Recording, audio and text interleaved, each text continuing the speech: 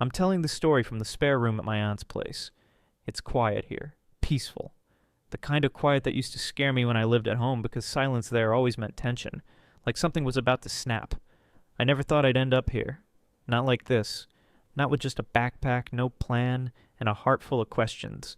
But when your dad looks you in the eyes and basically tells you that you're the problem, you stop trying to stay somewhere you were never really welcome.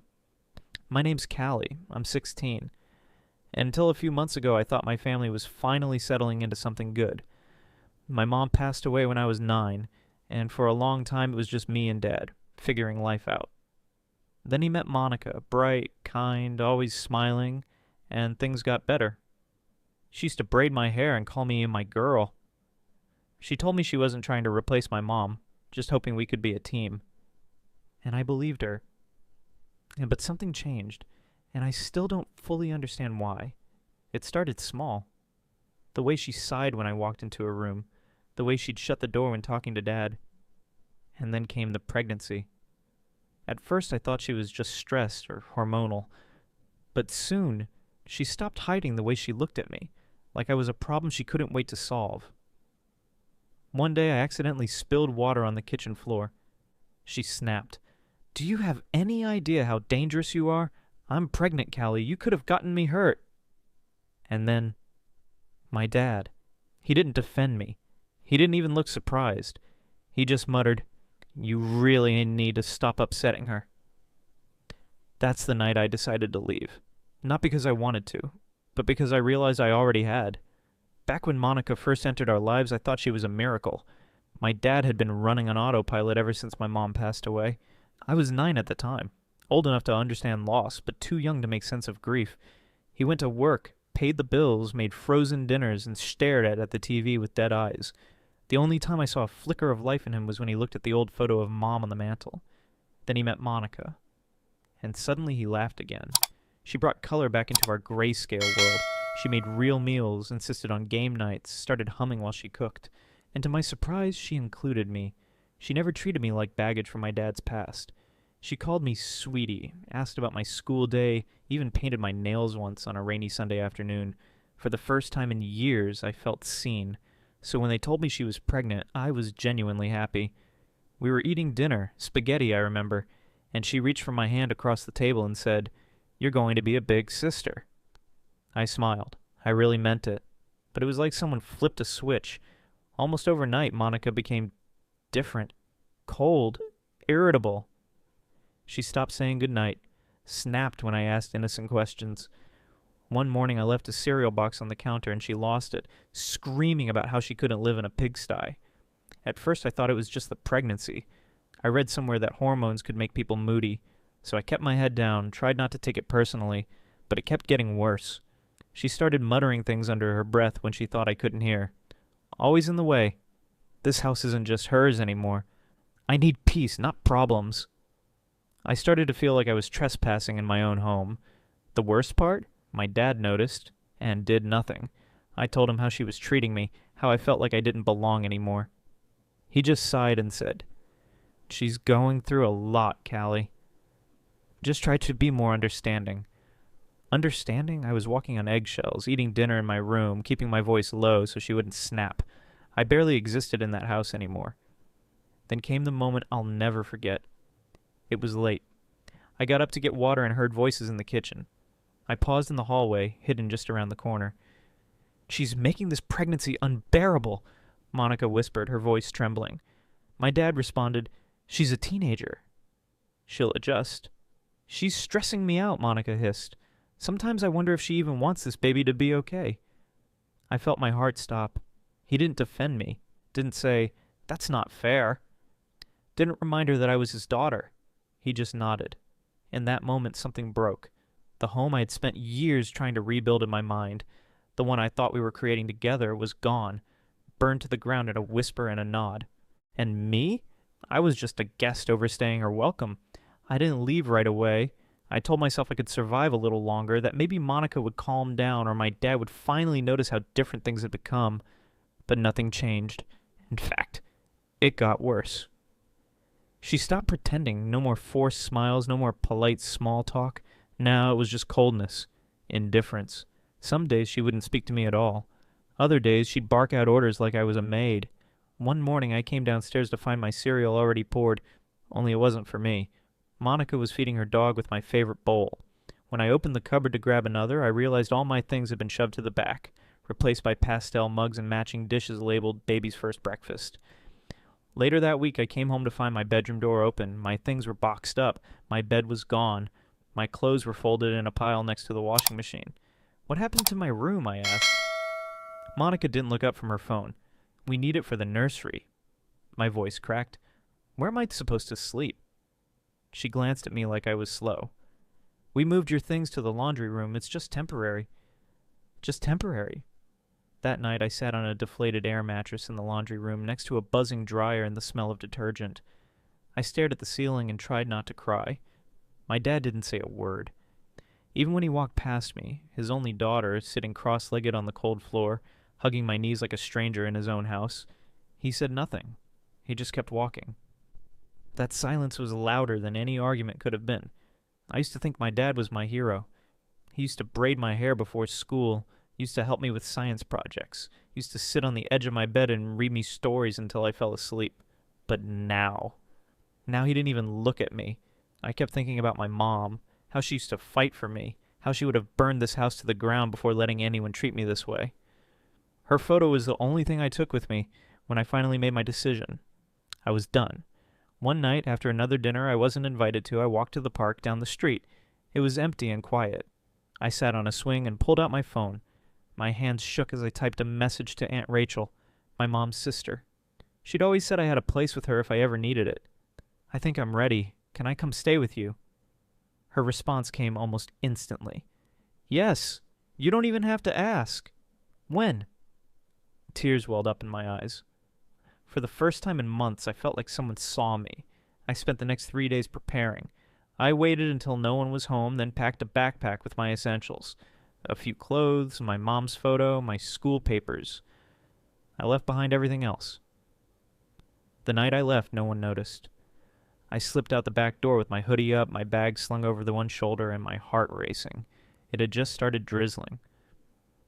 I walked 6 blocks to the bus station, shivering in the cold. I kept glancing back, hoping, just maybe, my dad would come running. He didn't. When the bus pulled up, I climbed aboard, found a seat near the back, and stared out the window as the city disappeared behind me. I didn't cry. Not this time. I was too numb. Aunt Rachel was waiting for me at the stop. She looked older than I remembered. A few more gray strands in her hair, but her eyes were exactly the same. Warm, kind, safe. She wrapped me in the tightest hug, one that cracked something open in me. I sobbed into her coat, letting it all out, the betrayal, the loneliness, the grief. That night she made me grilled cheese and hot chocolate. She gave me her guest room and fluffed the pillows twice. She didn't ask questions. She just let me breathe. For the first time in months, I slept through the night. But even in safety, the ache didn't go away. There was this pit in my chest, like a hole where a family should have been. I didn't want to hurt anyone. I just wanted to be loved, seen, chosen. A few days later, while scrolling Reddit on my phone, I stumbled across r/family confessions. I read post after post from people who had been through things I could barely imagine. And yet, their stories sounded like mine. Forgotten daughters, step-siblings, silence from the people who were supposed to protect them. So I wrote. It wasn't angry. It wasn't vengeful. I just told the truth. I told them how Monica used to be kind, how she braided my hair and baked me cupcakes, how she hugged me and called me Sweet Pea. I wrote about how that all changed the moment she got pregnant, how suddenly I became a burden, how my dad watched it happen and said nothing. I told them about the laundry room, about the day I realized I didn't matter anymore. I didn't expect anyone to read it. I just needed to get it out of me, this weight I'd been carrying. But when I clicked post, I felt something lift. For once, the story was mine to tell. Emily stared at the blinking cursor on her screen, her fingers hovering above the keyboard. Her heart raced, not from fear, but from release. For so long, her voice had been swallowed by silence, her pain hidden behind forced smiles and closed bedroom doors. But now, finally, she had something to say. She began typing. At first the words came slowly, stiff, careful. But with each sentence, the dam inside her cracked wider, and then, like a flood breaking through, the truth poured out. She wrote about her mother, How she died when Emily was just 7, how her dad had become her whole world after that, how they used to eat cereal on the floor in front of the TV on Saturdays, how he never missed a school play or a dentist appointment. She wrote about the way Monica entered their lives, how kind she was at first, how Emily had let herself believe maybe, just maybe, this could be family again. And then she detailed how that kindness turned into distance, how Monica stopped smiling when Emily walked into her room, how rules appeared out of nowhere. No second helpings at dinner, no staying up past 9, even on weekends. How her bedroom was moved from upstairs to the cold, dim basement to give the baby more space. How Monica threw away her journals, how she told Emily her clothes were inappropriate, how her phone suddenly disappeared one day and never came back. Emily didn't name names. She didn't need to. The pain was in the details. She wrote about overhearing that phone call, the moment everything made sense. Monica's voice, sharp and irritated, saying she couldn't focus on the new baby with that girl still in the house. How she was afraid the father, Emily's dad, would always love his daughter more than the child they were about to have. How she wanted Emily gone before the baby arrived. How she said it would be easier for everyone that way. Emily wrote how her hands shook that night. How she stared at the ceiling for hours, wondering if she was crazy, wondering if she was just ungrateful. But the truth had been there all along, hiding in the cold stares and tight-lipped smiles. She posted it, not on her personal page, but in a support forum, a place for teens who felt abandoned, ignored, erased. She didn't expect much. Maybe a comment or two. Maybe someone would say, "You're not alone." But the post went viral. By morning, hundreds of people had shared it. Stories began pouring in. People who had been pushed out of their own families, stepchildren treated like outsiders, daughters silenced for the sake of keeping the peace. Emily's inbox flooded with support, strangers calling her brave, strong, and honest. And then came the ripple effect. People started asking questions. One user connected the dots. Another recognized the town. Someone else remembered seeing a post from Monica a few weeks back bragging about their blended family success. Suddenly, screenshots began to surface. Monica's Instagram, filled with glowing captions about motherhood and our perfect home, was now being commented on by people demanding the truth. Emily never responded, and she didn't need to. The truth was doing its job. Her father called 3 days later. She didn't answer. He tried again and again. Then Monica called. Once, twice, 3 times in a row. Emily stared at the screen until the ringing stopped. Later, she opened her messages. Her father had written a wall of text. At first it was confusion, then guilt, then blame. "Why would you embarrass us like this? You don't know how hard it's been for Monica. You're making this worse than it was." But there it was. United States. Not I. Not me and you. Just him and Monica. Emily didn't reply. Instead, she forwarded the post to her Aunt Rachel, the one person who had hugged her like she mattered, who let her cry into cocoa-stained sweatshirts and never once asked her to explain herself. Rachel called that night, crying. "I had no idea," she whispered. "Sweetheart, if I'd known, I would have come for you." Emily's voice cracked. "You're here now." That was enough. Back online, the comments kept coming. One woman said she left home at 17 too, and never looked back. Another said she was raising her daughter differently because of Emily's story. And one user offered to send her a care package. Another asked if she needed help getting into college. For the first time, Emily felt seen, not as a burden, not as the girl who ruined dinner with her questions, not as someone to erase, but as a person, as herself. And for Monica, for the woman who thought control meant love, who thought erasing Emily would create the perfect family, there was no hiding anymore. Her Instagram went private. The glowing post stopped. Her curated image cracked under the weight of the truth, and all Emily had to do was tell her story. The first few days after posting her story were quiet. Too quiet. Emily refreshed the page more times than she could count, half expecting no one to care, but the internet has a strange way of listening when the story is real, when pain rings too familiar for others to ignore. The comments came in waves. "This broke my heart. You didn't deserve that. I wish I had your courage. Thank you for writing this. I've been in a similar place." She hadn't named Monica, hadn't even mentioned her dad by name, but people read between the lines.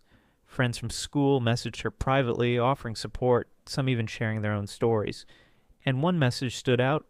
Her old music teacher, Mrs. Harper, simply wrote, "You're not invisible. Not anymore." Emily stayed with Aunt Rachel for the next several months. At first, she barely left her room. The fear of being a burden was still heavy in her chest, but slowly, through hot cocoa talks, late-night walks, and quiet mornings without being judged, she began to breathe again. Therapy helped, too. Rachel insisted on it, not out of pity, but love. And though Emily hated the idea at first, it gave her something she hadn't felt in years: clarity. A safe place to unpack the confusion, grief, and guilt she'd buried so deep. One Saturday afternoon, Rachel came home holding a baby blanket. Her father had dropped it off. "He said it was from your brother," Rachel told her gently. Emily stared at the soft blue fabric for a long time.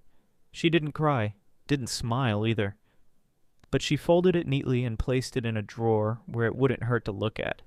Weeks turned into months. Her posts continued circulating, even making it into a few blogs and advocacy pages about emotional neglect and toxic stepfamilies. But Emily didn't care about going viral. She just wanted to move forward. Eventually, she started school again. Different city, new people. No one knew about Monica. No one treated her like an outsider. And for the first time, Emily felt like she belonged, because she had chosen this life for herself, not because someone forced her into a role. Her dad tried calling once. The message was vague, something about missing her, hoping she was okay. He didn't apologize, didn't mention the letter or the night she left. He only said, "I hope one day we can talk." She never replied. Forgiveness, she realized, didn't always have to involve reconciliation. It could be quiet, personal, a choice to no longer let their choices define her future. One rainy afternoon, as she watched the water streak across her dorm window, Emily finally exhaled. The kind of exhale that comes when you stop looking for closure in people who never gave you peace. Sometimes, the people who are supposed to love us the most become the ones who hurt us the deepest. But your worth is not defined by how others treat you. It's defined by how you rise, how you walk away from what breaks you, and how you rebuild with grace and strength. Forgiveness doesn't always mean reunion. And family? Sometimes you find it in the people who choose to stay, not the ones who expect you to endure.